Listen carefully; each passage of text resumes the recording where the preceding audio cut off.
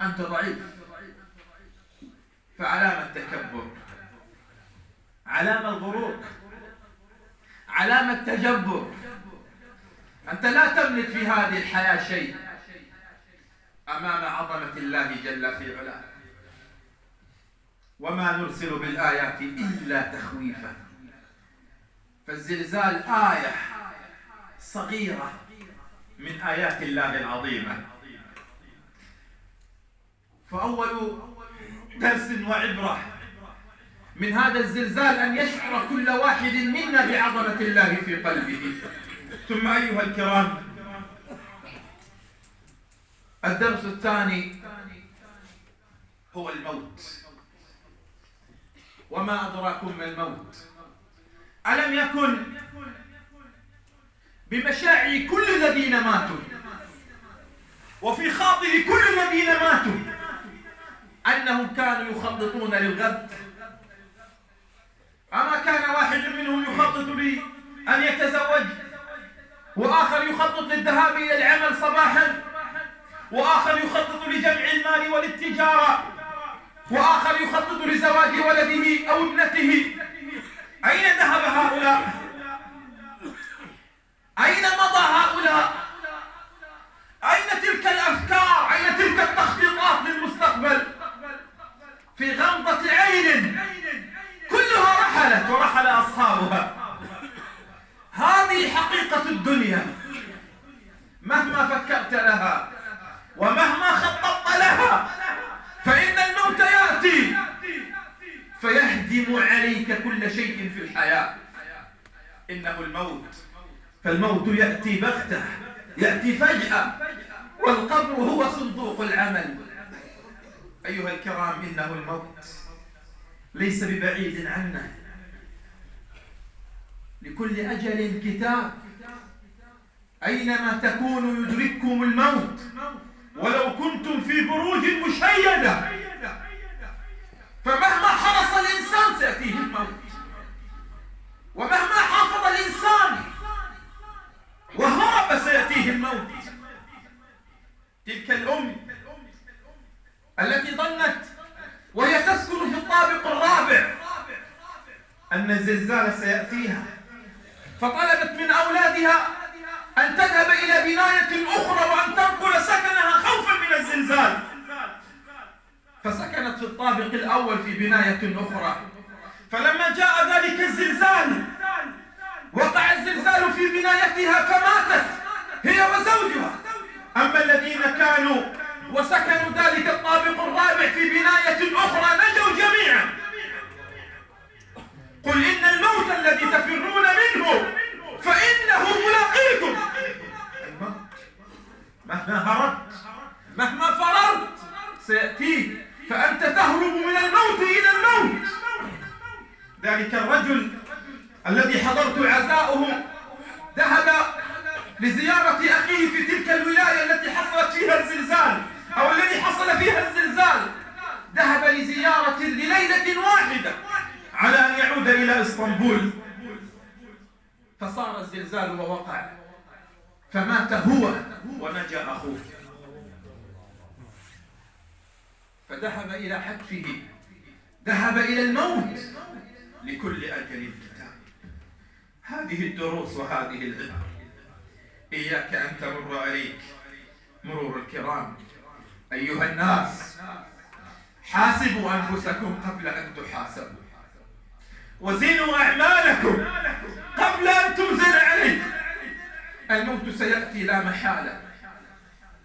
نأتي إلى الدنيا ونحن سواسية، طفل الملوك هنا كطفل الحاشية، ونغادر الدنيا كما ترى متشابهون على قبور حافية.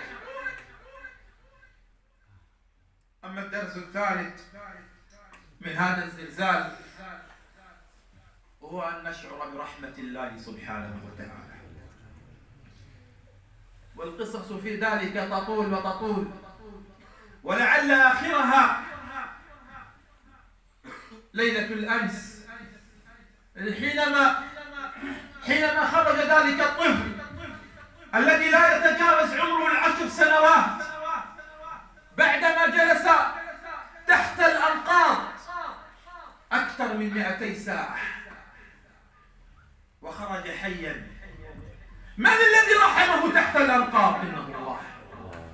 من كان يطعمه، من كان يصبره وعمره 10 سنوات؟ إنه الله جل في علاه.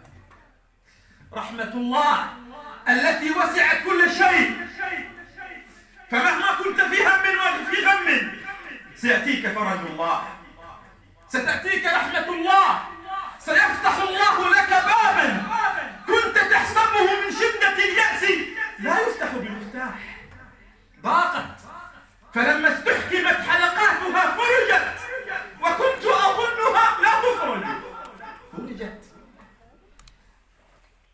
أكثر من 200 ساعة. هل تستطيع أن تجلس 200 ساعة بلا طعام وأنت فوق الأنقاض وأنت فوق التراب؟ هل تستطيع أن تجلس 200 ساعة بلا ماء؟ مهما أوتيت من قوة والله لا تستطيع، والله مهما أوتيت من قوة والله لا تستطيع. من الذي رحمه؟ ذلك الزوج وزوجته تجاوزوا 60 عاما، خرجوا بالأمس ونحن نراهم على الشاشات بعد 10 أيام تحت الأنقاض، تجاوزوا 60 عاما. إنها رحمة الله أيها الناس، نستشعرها هذه الأيام ونحن نرى آيات الله التي يريد بها تخويفا لهذه البشرية على أن تعود إلى الله. كذلك نرى رحمة الله هذه الأيام.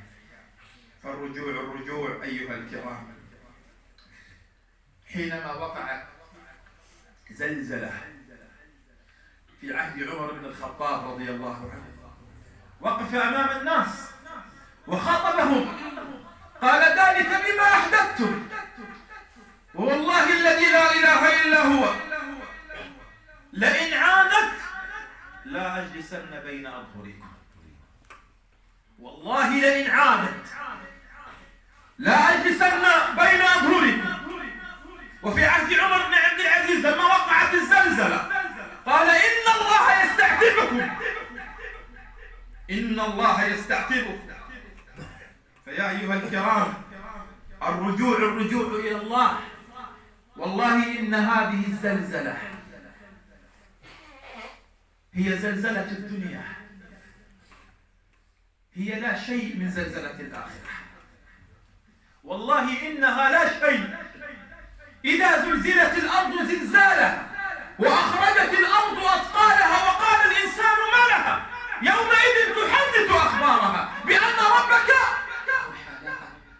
يومئذ يصدر الناس أشتاتا ليروا أعمالهم، فمن يعمل مثقال ذرة خيرا يره ومن يعمل مثقال ذرة شرا. مثقال ذرة أيها الكرام، مثقال ذرة. اليوم ننام عن صلاة الفجر سنحاسب بمثقال الذرة. اليوم ننام عن الصلاة يوم القيامة سنحاسب بمثقال الذرة. اليوم أيها الشباب يضيع شبابكم بين صديق سوء وبين حرام وبين تضييع صلاة، سنحاسب يوم القيامة بمثقال الذرة. انظر إلى هذه الزلزلة وهي تريك آية من آيات الله وتشعرك بالخوف، ومات فيها الآلاف. والله إنها لا شيء من زلزلة الآخرة. فالرجوع أيها الكرام إلى الله جل فوات الهوى. أقول قولي هذا واستغفر